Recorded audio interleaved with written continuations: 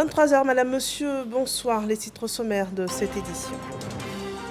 La première session ordinaire du Conseil économique, social, environnemental et culturel, ouverte ce jour en présence du vice-président de la République, Kone Timoko Meilier. Les grandes orientations de l'institution républicaine ont été dévoilées ce jour par le président du CESEC, Eugène Aka-Awele.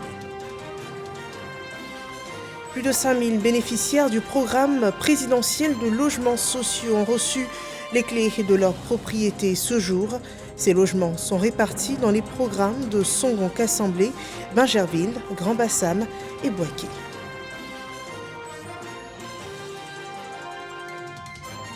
Et puis le dossier politique de la semaine, il rapporte les témoignages sur l'illustre Ahmed Bakayoko, l'ancien Premier ministre disparu il y a 2 ans. Vous verrez et entendrez le témoignage de qualité sur cette personnalité hors pair qui aura marqué la Côte d'Ivoire. Bienvenue dans ce 23h. Le Conseil économique, environnemental et culturel ouvre sa première session ordinaire de l'année. Le président du CESEC, Eugène Aka-Awele, a énoncé les 7 priorités de cette institution républicaine pour l'année 2023 dans la dynamique du bon fonctionnement des institutions de la République. Une rentrée solennelle dont nous rend compte Viviane Aïma. À l'ouverture ce jeudi 16 mars, de sa première session ordinaire de l'année, le Conseil économique, social, environnemental et culturel affichait une grande détermination à apporter sa pierre à l'œuvre de construction nationale conduite par le président de la République, Alassane Ouattara. Le vice-président de la République, Kone Timoko Meilier, présidait cette cérémonie.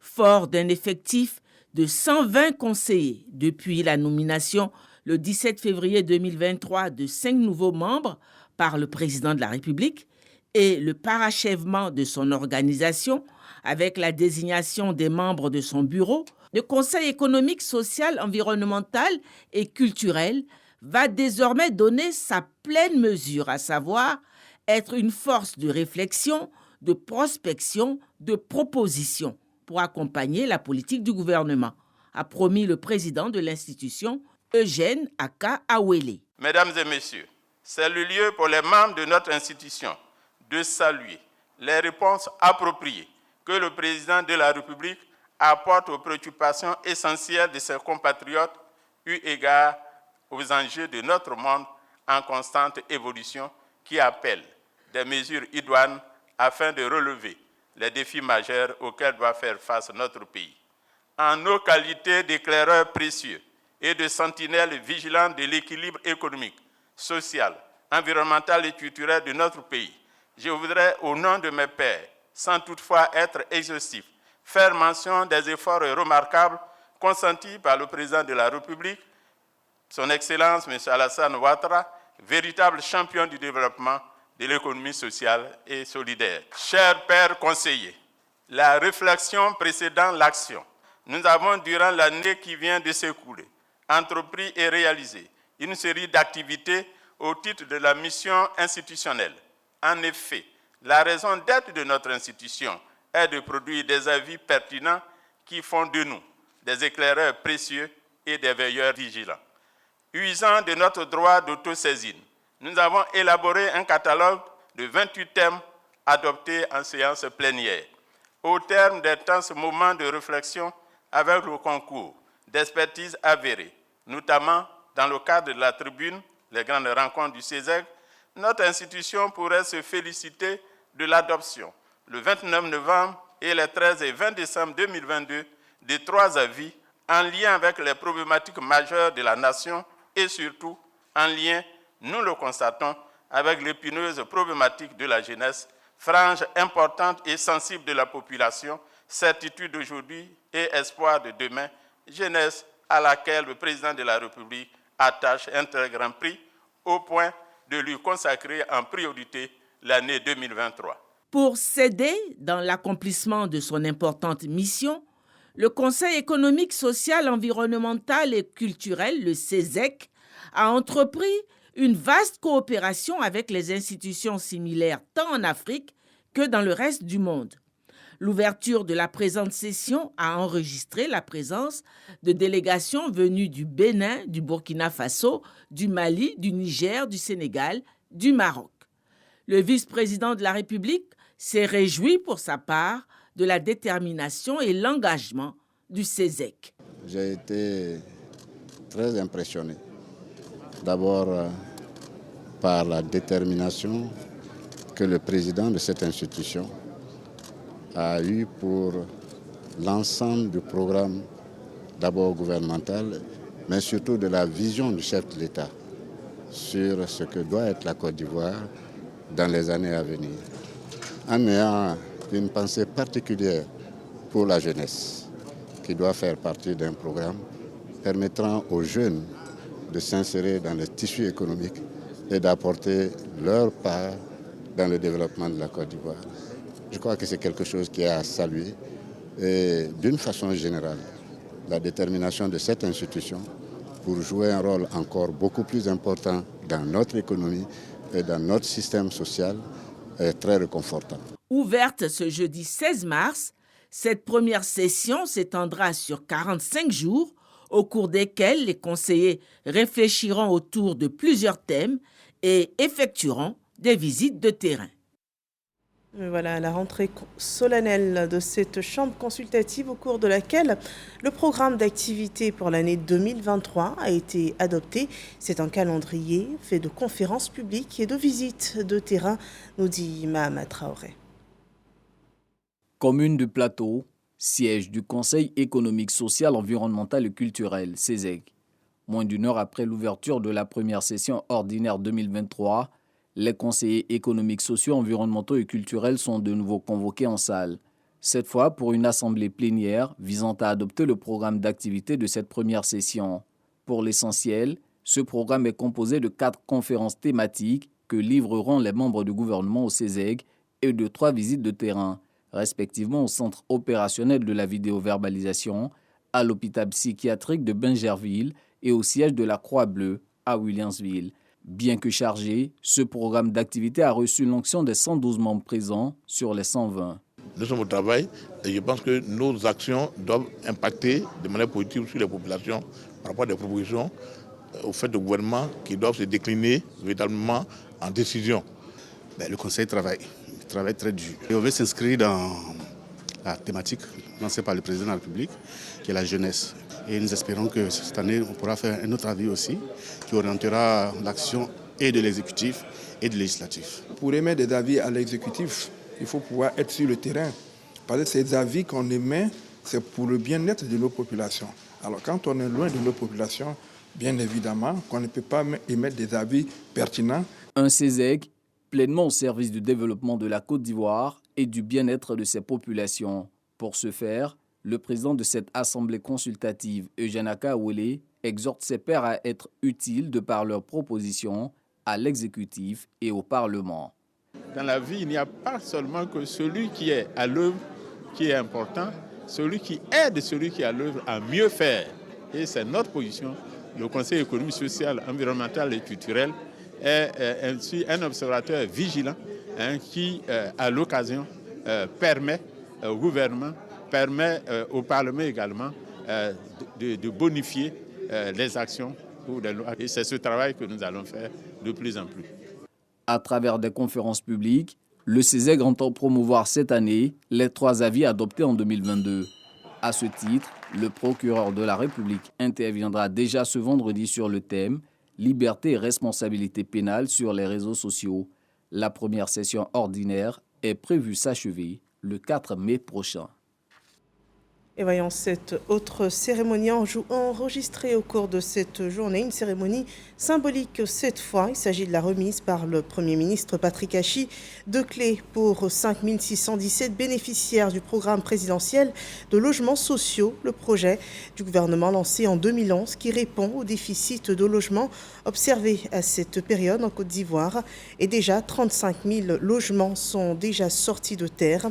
Une nouvelle phase de ce programme de construction session de logements sociaux annoncée à cette occasion prévoit la construction de 25 000 logements supplémentaires. Le projet sera axé sur la réalisation d'immeubles collectifs, suivant l'intervention du Premier ministre Patrick Hachi au cours de cette cérémonie de remise. En 2011, après les élections, le chef de l'État faisait face avec donc notre pays à un déficit historique de logement, lié naturellement aux conséquences de la crise, mais aussi à des choix plus anciens de désengagement de l'État d'un secteur pourtant essentiel pour les populations. C'est pour cette exacte raison que le président de la République a immédiatement initié le programme présidentiel de logements sociaux économiques avec un objectif initial de 60 000 logements porté aujourd'hui à 150 000 logements, faisant ainsi du logement social une priorité absolue de son projet de société. C'est dans le cadre de ces programmes d'envergure de l'État que fut ainsi mobilisé ce site de Songon-Kassamblé, d'une superficie de 439 hectares, destiné à la construction d'un nouveau pôle urbain, moteur de développement économique pour le village. Cette remise des clés, les premiers logements sur ce site de Songon-Kassamblé est, nous le savons, une cérémonie longtemps attendue. Mais la patience est réservée à ceux qui le méritent. Et le gouvernement ivoirien travaille à l'épanouissement des Ivoiriens, même hors de nos frontières. Et aux États-Unis, la ministre Nassene Batouré échange avec des institutions américaines, des rencontres sur l'amélioration des conditions de la femme ivoirienne et ainsi que celles des enfants. Les échanges ont donc tourné principalement autour de l'autonomisation des femmes et de la protection des femmes et des enfants. Nous revenons en Côte d'Ivoire pour évoquer le concept du fonctionnaire nouveau. La ministre de la fonction publique fait la promotion d'une administration publique républicaine qui rend un service de qualité aux citoyens. C'était en présence d'une centaine de fonctionnaires à l'amphithéâtre 500 de San Pedro, selon ce reportage de Sam Kona. Université de San Pedro, l'amphithéâtre 500 places est pris d'assaut par les fonctionnaires et agents de l'État en service dans les régions du Boclé et de San Pedro, répondant ainsi à l'appel du ministre de la fonction publique pour une rencontre d'échange. Les mots qui minent notre administration sont connus et Anne Désiré Ouloto ne porte pas de gants pour les énumérer. La lourdeur dans le traitement des requêtes, le népotisme, la corruption, le clientélisme, l'incivisme des agents, l'indiscipline et l'absence de toute pratique vertueuse de civilité. Le ministre de la fonction publique vient inverser la tendance avec l'avènement du fonctionnaire nouveau. Nous avons initié au niveau du ministère de la fonction publique un processus d'émergence du fonctionnaire nouveau. Le fonctionnaire nouveau, pourquoi ? Pour inverser la tendance. Les fonctionnaires et agents de l'État disent s'inscrire dans cette dynamique. C'est des messages forts qu'elle nous a donnés et les fonctionnaires ont pris l'engagement de mettre à exécution, de respecter toutes ces consignes qui leur ont été données. Nous avons constaté effectivement qu'il y a des fonctionnaires qui étaient absents à leur poste et autres. Elle dit qu'elle veut un fonctionnaire nouveau. Ça va droit. Donc, Le fonctionnaire nouveau, c'est celui qui épouse la vision de la République actuellement.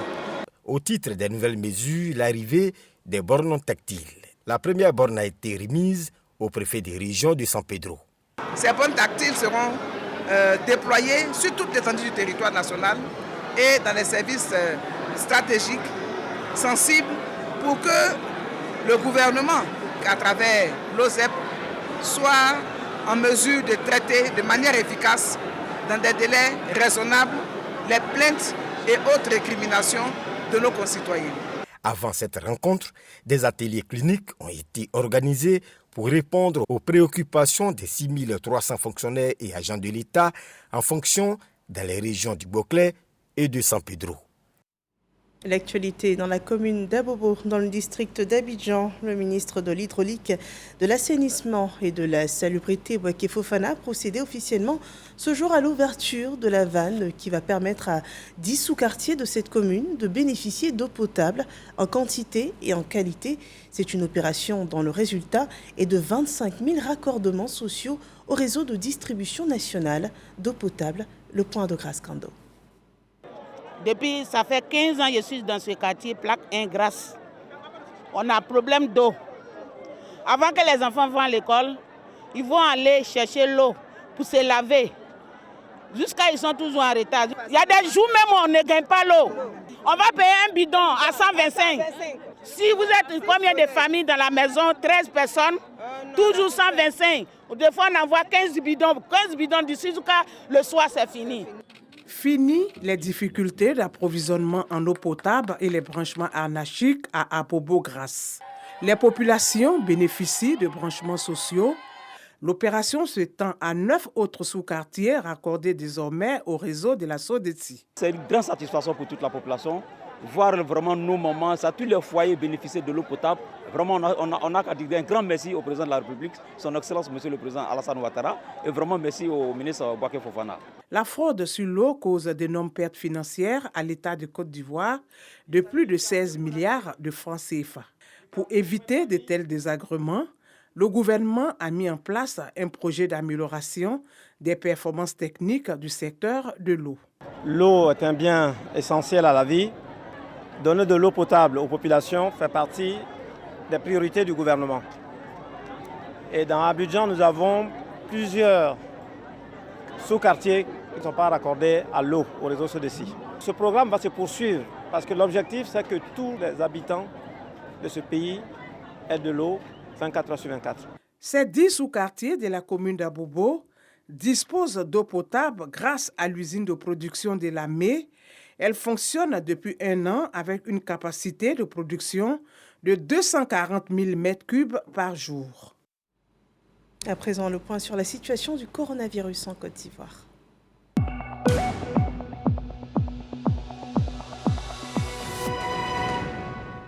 Ce 16 mars 2023, 3 nouveaux cas de Covid-19 sont enregistrés sur 262 échantillons prélevés, c'est soit 1,1% de cas positifs sur les prélèvements d'aujourd'hui.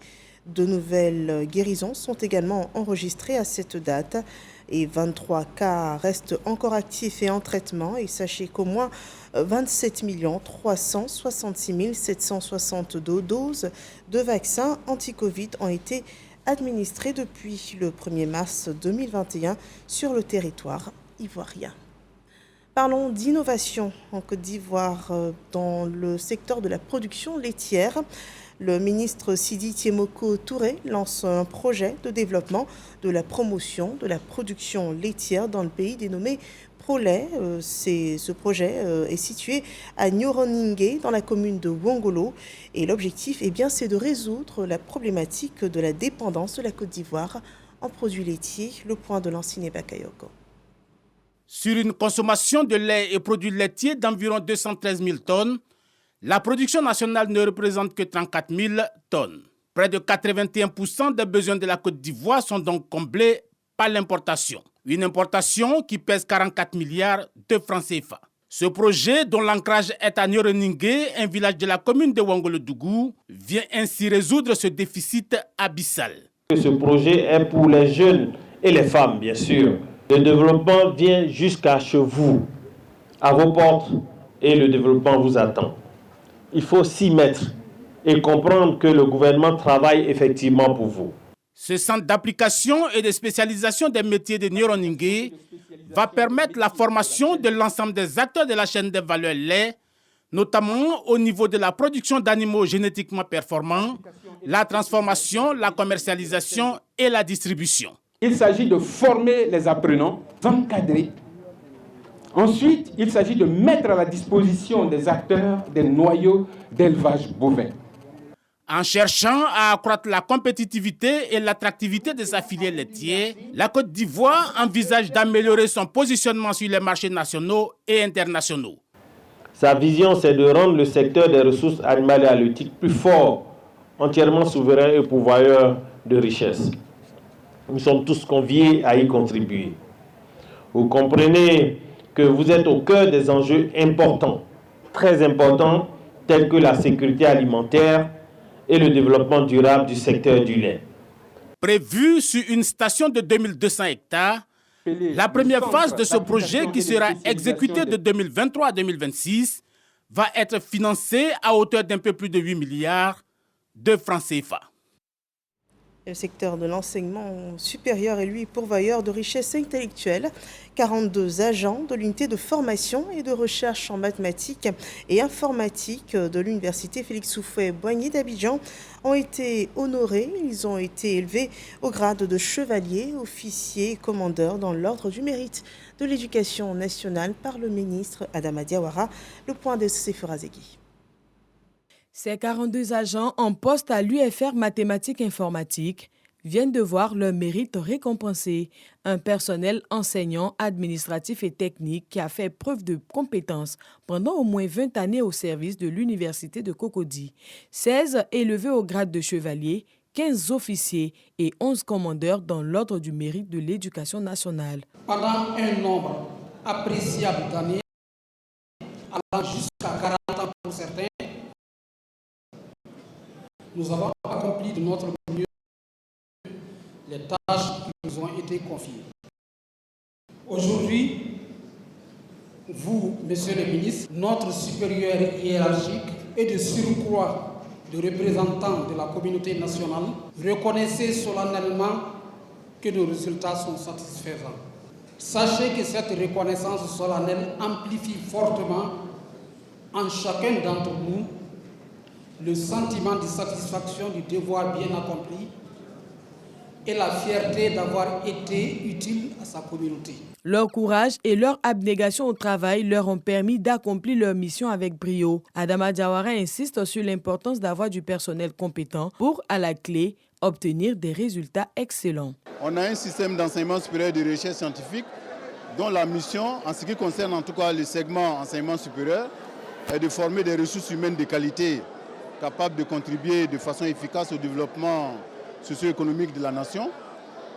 Pour cela, le gouvernement met à la disposition du sous-secteur beaucoup de moyens, j'aurais dit financiers et matériels. Mais cela ne suffit pas. Il faut qu'on ait un personnel enseignant et des personnels administratifs et techniques qui soient compétents. Il s'agit non seulement de reconnaître ce qui a été fait, ce qui a été rendu comme service à l'UFR, à l'université, au système d'enseignement supérieur, à l'éducation et à la nation par ces agents, mais également il s'agit de les exhiber comme modèle aux jeunes pousses qui nous arrivent, c'est-à-dire aux jeunes enseignants et aux jeunes PAT qui viennent d'embrasser leur carrière. Parmi les 42 décorés, l'on compte des enseignants, des chercheurs et du personnel administratif et technique. Le ministre de l'Enseignement supérieur et de la Recherche scientifique compte étendre cette cérémonie de distinction et de reconnaissance aux autres UFR de l'Université de Cocody et au-delà à l'ensemble des agents des autres universités et grandes écoles publiques de Côte d'Ivoire. Et ce jeudi 16 mars 2023 est aussi marqué par la levée du corps du patriarche Abdoulaye Diallo, ancien proche collaborateur de feu le président Félix Houphouët-Boigny, premier président de la Côte d'Ivoire. L'homme est décédé le 6 mars dernier à Abidjan à l'âge de 95 ans. La cérémonie s'est déroulée ce jour en présence du vice-président de la République Thiemoko Mélié-Koné, le Premier ministre Patrick Hachi et plusieurs personnalités d'institutions du gouvernement, et également politiques. Suivant ce point de Marie-Chantal Akandan et de Traoré Zakaria. Ivo Sepp, Trècheville. En cette matinée de ce jeudi 16 mars, l'instant d'un ultime hommage. Les travailleurs de cette entreprise consternés observent une pause pour le patriarche Abdoulaye Diallo. Avec eux, les amis et connaissances de la famille Diallo, nombreux sont venus dire adieu. Dans cette épreuve, la famille Diallo reçoit le soutien du gouvernement ivoirien à travers une délégation avec, à sa tête, le vice-président Thiemoko Mélié-Koné, accompagné du Premier ministre Patrick Hachi et des membres du gouvernement. Des présidents d'institutions et bien d'autres personnalités compatissent à la douleur de la famille Diallo. Il a été vraiment le collaborateur, l'homme de confiance du président de la République. Je crois que c'est, comme j'ai dit, c'est quelqu'un qui représente la Côte d'Ivoire. Après Houphouët-Boigny, il reprend la Côte d'Ivoire. Sa famille politique, le PDCI-RDA, est également présente. Une forte délégation, conduite par Henriette Bédier, représentant son époux, est étreinte par une immense émotion. Le PDCI salue les valeurs de ce fidèle compagnon de feu Félix Houphouët-Boigny. Cet homme, il a été un grand serviteur de la nation en se soumettant à pratiquement toutes sortes de desiderata du président Houphouët-Boigny. Il était vraiment son homme de confiance. En cette douloureuse circonstance, les membres de la famille du défunt, représentés par Houssène Diallo, ont exprimé leur reconnaissance. Nous ne nous sentons aucunement abandonnés, ni seuls, grâce à vous tous, présents dans cette salle, ou de cœur et d'esprit avec nous, depuis le premier jour de son rappel à Dieu, avec en tête du cercle de famille, son Excellence Monsieur le Président de la République et la Première Dame et toute la famille Ouattara. Merci beaucoup de tout cœur. Pour implorer la miséricorde de Dieu, l'imam a dit la Fatiha pour le repos de l'âme du défunt. Sous les regards attristés, le corbillard a pris la direction de la ville natale de Aboulaye Diallo, Djekanou, où l'inhumation est prévue ce vendredi 17 mars après la grande prière. La rédaction RTI se souvient également de l'illustre Ahmed Bakayoko, l'ancien Premier ministre de Côte d'Ivoire décédé il y a 2 ans. Ahmed Bakayoko, les Ivoiriens s'en souviennent encore et témoignent et saluent les valeurs et qualités de l'homme dans cet élément réalisé pour vous par Éric Corré.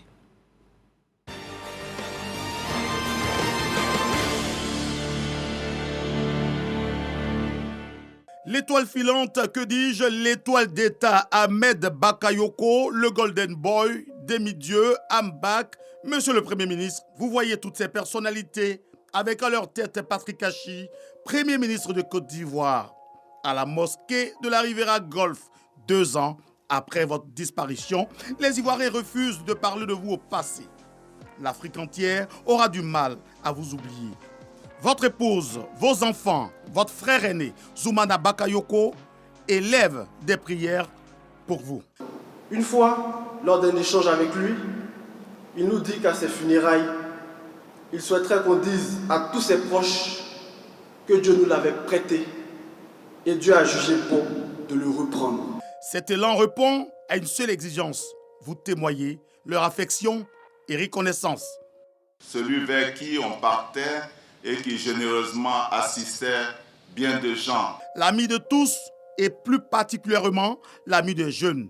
Vous avez été et vous demeurez pour cette jeunesse un modèle. Si chacun veut se lever pour dire « je ne suis pas d'accord avec toi, je ne suis pas d'accord avec ton interprétation du droit, donc je vais manifester, je vais casser », mais alors on aboutit au désordre. Je lance un appel à toute la jeunesse de Côte d'Ivoire, de tous les partis politiques, quels qu'ils soient.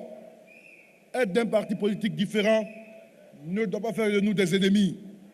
Nous sommes d'abord des frères, des amis, des Ivoiriens. La salle Louga François du Palais de la Culture de Treichville était exiguë pour la circonstance. Ici, pour vous, les jeunes vibrent au rythme des sonorités de tout genre.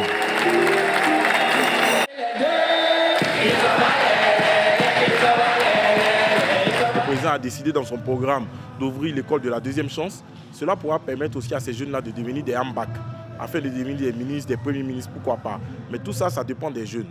C'est les jeunes qui doivent commencer à construire, à se construire, à aller à l'école, à aller se former, essayer d'apprendre, être éduqués, être respectueux des lois, afin de pouvoir faire avancer vraiment notre pays. Vous avez marqué votre passage sur Terre. Il n'avait pas peur du milieu dans lequel il évoluait. D'ailleurs, il prenait plaisir à relever qu'il était de famille qui n'avait pas beaucoup d'argent. Et moi, je pense que c'est un message à tirer et dire qu'on peut travailler vraiment et réussir dans la vie. On peut travailler, on peut s'accrocher à des valeurs et être en tout cas des porte-voix de notre beau pays, la Côte d'Ivoire. La foi nous oblige à affirmer, sans nous tromper, que vous célébrez en ce moment ces 2 années au paradis, dans une ambiance de fête.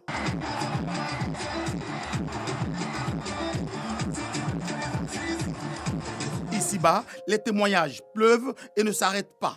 Une fois, j'étais dans mon quartier en zone 4, puis je vois un cortège. Donc, tout le quartier était presque dehors. Et quand il descend de son cortège, quand il se lève la tête, il voit que je suis là. Mais puisque c'était sur la route, donc il me voit en train de marcher au quartier. La sécurité autour de lui. Il dit, Bédel, ça va? Mais tu fais quoi ici? Il pouvait me voir un peu partir. Mais quand il s'arrête, il m'appelle Bédel, il n'appelle pas mon nom. Bédel, viens. Tout le quartier voit qu'il m'appelle. Au revoir Ahmed, au revoir Ambak, au revoir Demi-Dieu. Vous êtes partis avant nous bien trop tôt.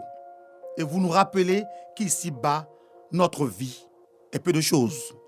Ave César, Ave Ahmed, les mortels que nous sommes, te saluons et te demandons de veiller sur nous.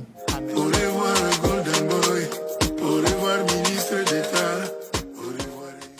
Et voilà, il était une fois Ahmed Bakayoko, un homme Premier ministre, également ministre de la Défense ici en Côte d'Ivoire, qui aura su marcher sur cette terre en laissant des traces. C'est ici qu'on s'arrête pour cette édition d'information. Merci de nous avoir suivis.